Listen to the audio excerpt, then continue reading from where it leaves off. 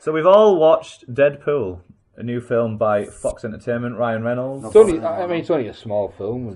People might not have heard of it. To be fair, I think the studio thought it would be. The budget wasn't particularly big, probably the lowest budget for any kind of like popular superhero film.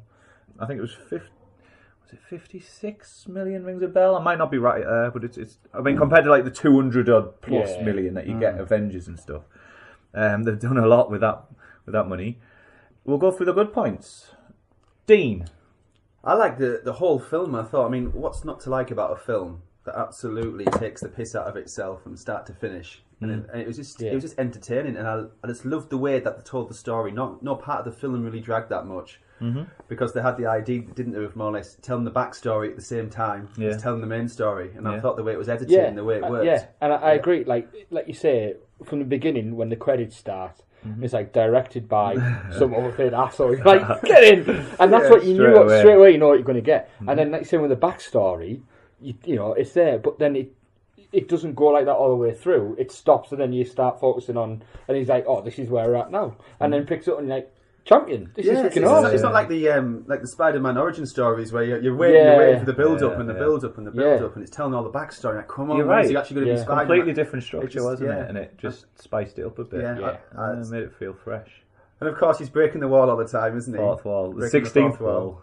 Yeah, he's commenting, and he's got little comments and snide comments and jokes, and it's just entertaining from start to finish. Yeah, I thought it was brilliant. I've got nothing I can really say bad about it. It was just about the right length. I didn't think it needs to be any longer or any shorter. No, totally. I said that as we come out, didn't I? I said these films that are getting longer and longer, like the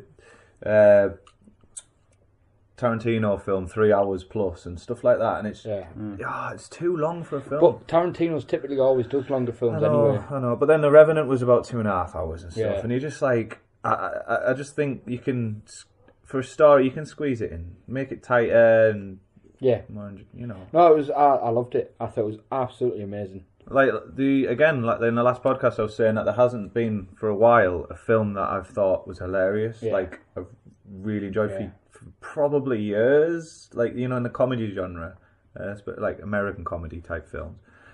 This one was the funniest I've seen in a very long time. Yeah. The only one downside was though, like some of the big jokes, some of the really good jokes they'd used in the trailers, and so when you saw them in the film. It was like, you need the punchline. You know what I mean? I kind of wish I hadn't seen the trailers. Like the brown pants one, for example. Yeah. Touch Myself. Yeah. It was all in the trailers, Yeah.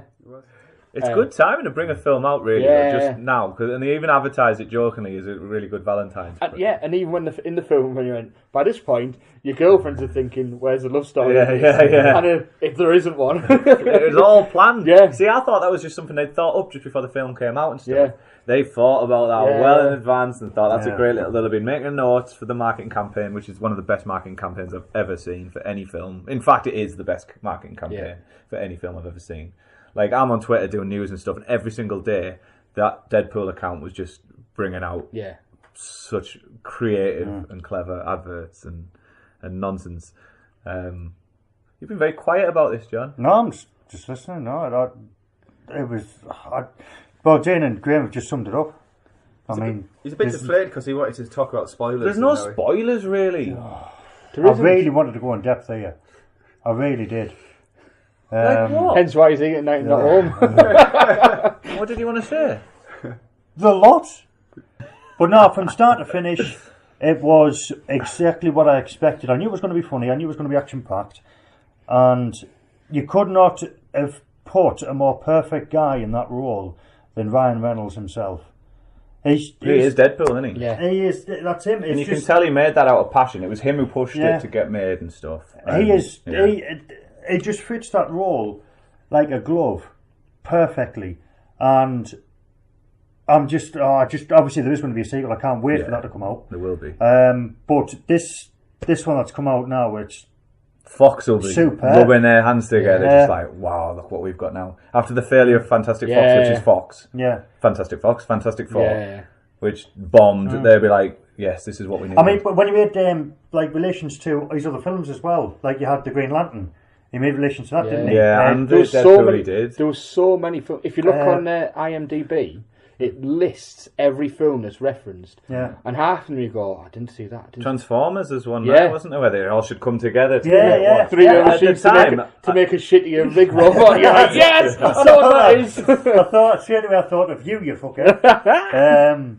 But no, I mean, like his reference to Hugh Jackman, like through the film and stuff, and it was. I really hope he does a cameo in the next one. Oh, it was brilliant. Which is why we thought you believe us, John, when we said there was a cameo. Hugh Jackman said the last Wolverine he's doing is the one that they've just about to start filming, right? But I think this is one film which could tempt him to come back. Oh, it's got to. Yeah. Because he gets on, they're like best buddies, him and Ryan Reynolds, and even during the campaign to promote the film, they've been doing a lot of stuff together. So I think putting them together something that can pull them together. It would be brilliant. Oh, they'll pull it off. Well, Wolverine can't know that he's in a film, so they have to cleverly do it. I've been talking to one lad at work today who's a bit of a comic geek. I have another answer for you to one of your questions you posed on the night, which we'll come back to. But he says the same. He's more likely, or he would be more likely to appear in the sequel because of Cable coming in. And in the comics, it would tie in with Wolverine coming in, or at least making an appearance. Has Cable been introduced at some point? Because I don't. No, we've not seen Cable in any film yet. I don't recognise the name. Because they've got the whole X-Men universe to play with. Yes. I think Cables might be a character from the future, isn't he? That travels back in time or something like that. Yeah, he's somebody's son who travels back in time. I can't remember who his son is. I mean, obviously, you've got him going. He's quite old. He's very old. To Xavier's school as well, haven't you? And you've got Colossus come into play. You've got that teenage girl teenage supersonic boom dude.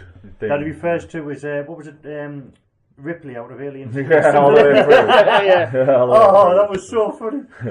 But you've got her as well, and you've got the girl who fights Colossus, who's more or less on the same string. Angel Dust. Is that what she's called? Yeah. And then you've got the British villain called Ajax, is it? Yeah, Ajax. The cast for the whole entire film was just brilliant. Yeah. Well, it is, and it's very clever. They left so much open that they can do anything with it. What were you going to say? So on the night you asked about what the relevance of the end was. You know, the setting of the end. This is I had a few things I wasn't sure about. Don't get me wrong, love the film, but there wasn't much of point of the bad guys. Yeah. What was there? They had what was? Can anyone? Do you know what their reasoning for it? Well, that's been mirrored in a lot of the most recent Marvel films, isn't it? It was a bit like Age of Ultron. Like Ultron wasn't really much of a bad guy and things like that. They're just there, just literally to give some better bad guys. In all of these films. The main characters the stage. You pretty much knew how a film was going to go when these bad guys turn up in Marvel, and it's more about the superheroes. Yeah, I agree. And the only other gripe I had was like the locations are all quite similar. There was nothing very exciting about where they were.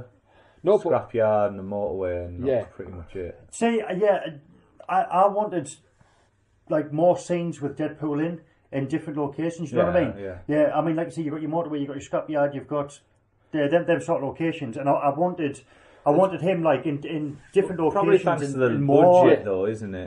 But what other locations would you have him in? Doing what? Well, I don't know. Because if you put, say for example, you put another scene in I don't know, fighting in. I'm just being stupid here, but a jungle, you've then got to build up to why he's there. So with the shortest running time and the fact that we're running the backstory in it at the same time. Yeah, I suppose. Where do you? I get why, but it's still something that I just think. But that's what gets me excited about the sequel, because I think now they've got the origin story put in place. You get a whole new story made, and I'm very excited. To be honest, I mean that's nitpicking really, because it is 100%. Because you can't really put much more into what you got, because what you got was just superb. It was brilliant. There was a couple of jokes that fell flat a little bit, but overall I loved it. What score would you give it? Oh, easy 9. Graham? Yeah, it's a 9 for me. I might even go 9.5. What I found interesting about it was a lot of girls went to see it from where I worked the day before, and it's like both sexes seem to absolutely love the film. It doesn't matter if you're a bloke or you're a woman. I think they all fancy Ryan Reynolds. The CGI cock. Did you see the CGI cock? They were talking about his willy. They were talking about his willy. CGI though. That's not classed as if I was Ryan Reynolds, I'd be saying to the CGI team, you know that bit, just a little bit more. Yeah, drop it down a little bit lower. I'll self-fund this one. For an extra tenner. So I would give it a 9, but the girls, because of Ryan Reynolds' cock being in it, probably give it a 9.5, won't they? Probably. That extra length. I'm going to give it an 8.5, but I did love it. Like that's. Oh no! I would have thought it's that a was bit controversial. Why? No, it's not. 8.5 is a bloody good score. Why? I've got a few little, like what I've said, like there's a few little nitpicky things, but overall it was brilliant. I wouldn't have expected that score. I would expect a 9. Like a 9 from you as well. Am I allowed to say my favourite line of the whole film? The Freddy Krueger bit, where she turns around and goes. It's in the trailers anyway. You is it? Oh, I don't know. You look like Freddy Krueger face fucked a topical graph of Utah. Once you got that line out in one take. Yeah, I know, yeah. Be like, take 2, take 3, take 4. My favourite bit was a bit, I can't say because it's a bit of a spoiler, it wasn't in any of the trailers, it was at the mansion, and then they come to the door. Yeah, you can't, it's a spoiler if you say that. Yeah, exactly. but that's my trailers, favourite like you said. that bit. I think. What does he do? He punches the Colossus, sorry, in the nuts. And obviously, you just hear this big tin sound. He just goes, "Your poor wife." Yeah.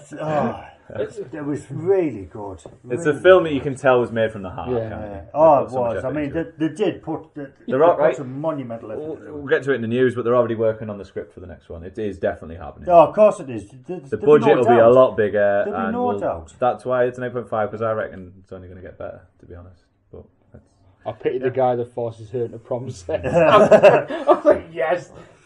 I love it when he gets this. I think this is in the trailer as well. When he says, "Wait, I've only got 12 rounds. You're gonna have to share." Oh, yeah. And then he wastes like 4 or 5 on the motor. Yeah. Deadpool. It's the bit when he turns round and the guy's gone. Yeah. And he's just like looking at the camera and then looking back. And then looking back. Bad Deadpool. Good. Really good. Overall, fantastic yeah. film. And if you haven't seen it yet, go and watch it. Absolutely. Stop listening now. Go. Yeah. Go. What are you doing? Go. Where? Off you go. Still here? See what it there. It's finished. Go home. Go.